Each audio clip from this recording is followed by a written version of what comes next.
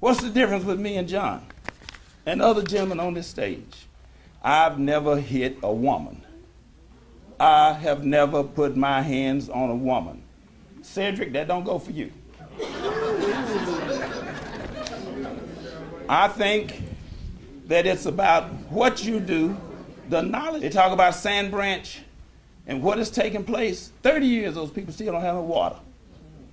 Now you try to take a bath without some water. You have the power to make a difference and don't. This is just the beginning.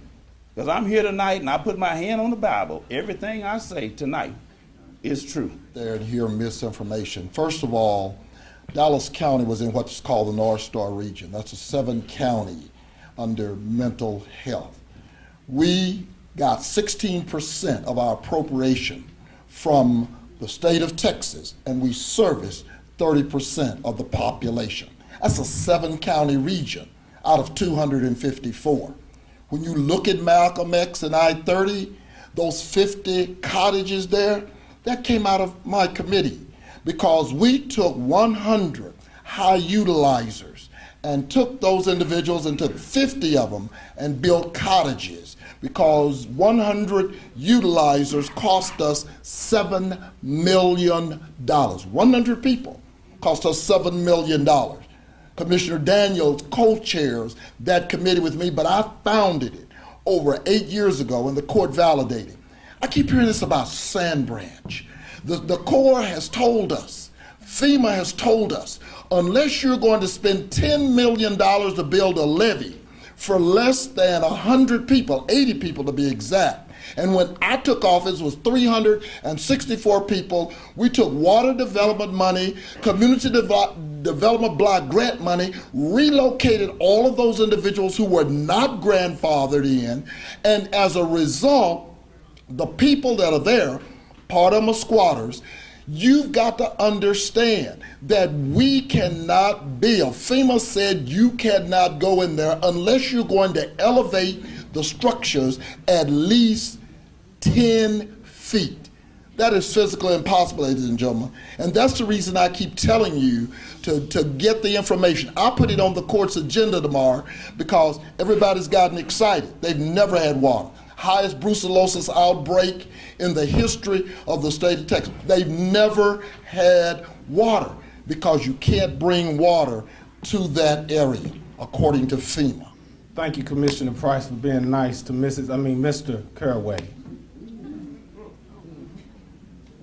Mr. Caraway talks about Forest Avenue, Martin Luther King looking the same. Asked him about the South Dallas Trust Fund money and where it's at. Why is it looking the same when a loan was taken out for them to have a makeover? Who paid the $25,000 back that you were supposed to pay back? Let's look at the plastic bags. He's from our community, and he knows that our community is made up of single mothers, single fathers, single grandmothers, single grandfathers, and you tax them 5 cents without a cap. Some people pay 25 cents a bag. Dwaine, we have a problem, brother. You wasted taxpayers' dollars on saggy pants, a fad, now they're wearing skinny jeans. My people gotta have their chicken, is what he said about Rudy's Chicken. You know what I could have done with $1 million in development with our homeless and you from our community? I beg to differ. The falsified police report on Archie and Andy. That's a criminal offense, a felony. You shouldn't be able to run, Mr. Dwaine Caraway. Misuse of authority on gambling shacks, interfering with police business. Can you imagine what he would do with the sheriffs and the constables who serving warrants? Really? $6,000, I'll get to that. $6,000 worth of merchandise. He gets away with paying $900, and you care about the taxpayers? The problem we have in our community, black males go to jail. I've never hit a woman in my life. but I've been arrested 3 times for it. How many of y'all can identify with that? And I've never been found guilty for it. And I challenge any of them to let's just go to court about it. And let's go to court about it. And then let's take some depositions. And let's look at some sealed indictments. Be in the Dallas Morning News interview when we're there. I'm so glad Michael had something to say. I'm not going to waste a lot of time on him. But Michael, the Dallas Morning News kind of embarrassed all of us when we were sitting in there. Well, the 3 of us that were there. Because the Dallas Morning News confronted Mr. Phillips about his arrest for beating up women. And I just started cringing. I said, oh, look at here. And he said, oh, no, I didn't. They said, did you beat all 3 of them, Mr. Phillips? He said, oh, no, it was just 2. And I said to myself, well, one of them women got their butt whooped twice. Let's talk about the South Dallas Fair Park Trust Fund. I was the chair of the South Dallas Fair Park Trust Fund. They didn't never know how much money was there until I became the chair, because it is my responsibility to review and search and find as an appointed official at that time. When they finally found out how much was there, Ron Kurt, former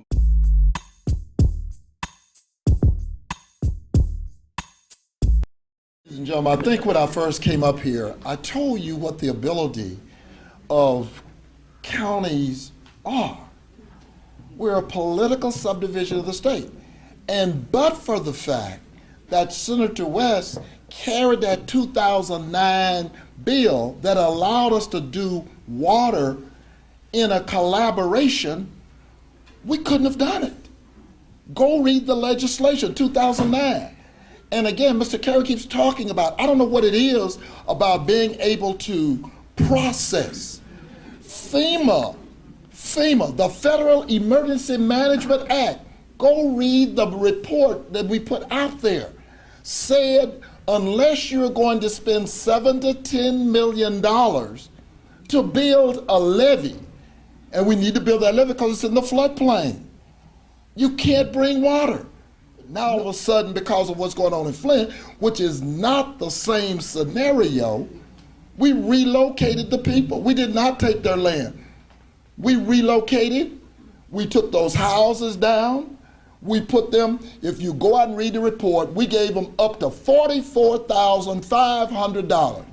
There's now but 208 parcels of land in Sand Branch. All total, all the lands, everything out there, $40,000, according to the the appraisal district. We spent on 4 roads out there $125,000 since I've been a commissioner. That's on the land of Sand Branch. Get the facts. I am so glad that I'm not a politician, because they lie. I'm a servant leader.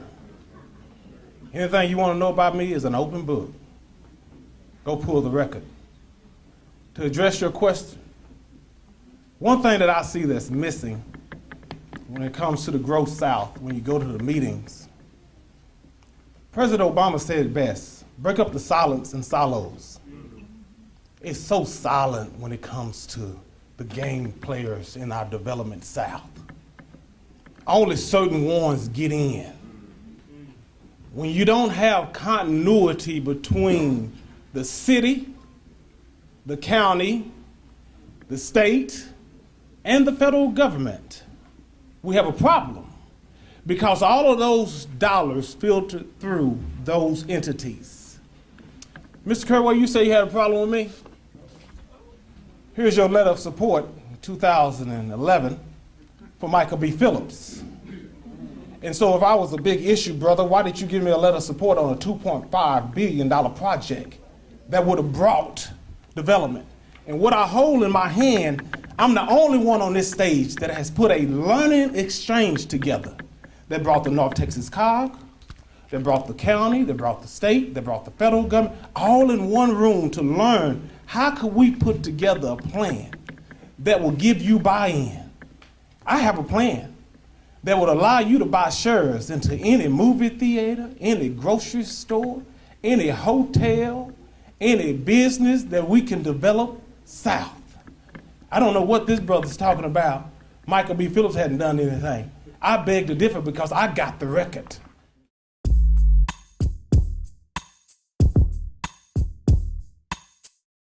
Okay, growing South Dallas. As the mayor of Balch Springs in that southeastern corridor, I had an opportunity to work with the federal government, state government, the county government, and our own local government. Miss Eddie Denise Johnson in 2008, we started together, we collaborated and had us a economic development summit for small cities out there. That included Hutchins, Wilmer, Boston, Cedarville, Combine. We all collaborated and came together in the city of Balch Springs. We talked about economic development, we talked about infrastructure, and how we can make the southern corridor grow, how we can produce jobs, how we can offer rooftops and retail. So, this is my friend. All these guys are my friend. Guess what? This is politics. So I differ with that one when he said he's the only guy. I'm proven. I was elected to do it, and I did. Okay, so I'm proud of that record. Very proud of my record. So, for your answer is, one, collaborate with local governments, state governments, and federal governments. Have town hall meetings to get the input of the people. That's what we did out there. If you go through Balch Springs, when I took place, it ain't the same Balch Springs. And I didn't do it by myself. And that's why I keep hearing up here, I didn't do that by myself. We hired great people. We worked together on our council. And I'm not going to sit in line and say we didn't beat up on each other sometimes behind closed doors, because we did. But the final product benefited the whole. And that's what I'm about. Can I get my closing? Okay. So that's what I'm about. Being a bridge builder. Like I said again, I am experienced. My background is in law enforcement and in management. Okay? I've had an opportunity to serve people. I've been serving since age 18. Like I said, as a Desert Storm vet, I learned how to serve my country and my community. And that's what I live and die by. Thank you. My name is Cedric Davis. Hope I can get your votes. Let me say about Grow South. You know, sometimes you can't wait on somebody else to do the work for you. And we as a community should not have to wait. Why are we waiting on the mayor to grow us out? We're supposed to grow ourselves. And when you get a no, as an elected official, it's about overtime. It's about what you do overtime. It's about what you get in there and you force and you open up those doors to make sure that they understand the needs of the people and of the community. Look at the Lancaster Carter. I don't have to say much about it. They weren't talking about the Lancaster Carter until I made them talk about the Lancaster Carter. They were talking about Southwest Center Mall, Southwest Center Mall, you heard it, Southwest Center Mall. I forced them to talk first about the Lancaster Carter. I fought to get a tip on the Lancaster Carter. I fought them to make sure that a brother was a developer and Sister Deborah P.K. Haynes was the realtor. Because we didn't need to bring other people in to do the work that we're supposed to have the opportunity to do. The motels were there across from Veterans Hospital. I shut them down. None of these people were there. None of them were there. Look at what's there now. Urban Village. You talk about Rudy's Chicken. Well, we all know about Rudy's Chicken. Rudy is an African-American businessman. And an African-American businessman, the dollar is supposed to turn over.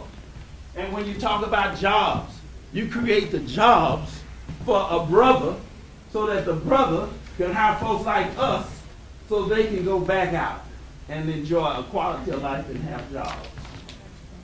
Glen Oaks Crossing, it was dope, drugs, prostitution, everything was there. Just a bare hill.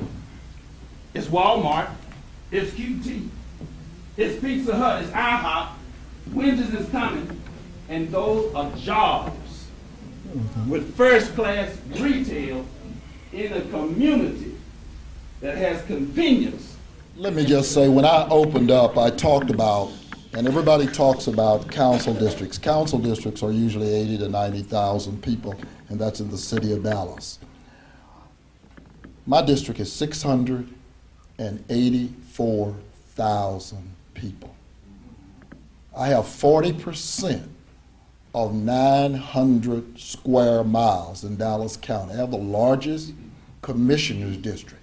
Dean McCowan, Deputy Mayor of DeSoto, is here. When they came to me about e-codes and placing it in DeSoto, there was not but 2 other e-codes in this country, Los Angeles and New York. This was the smallest e-codes.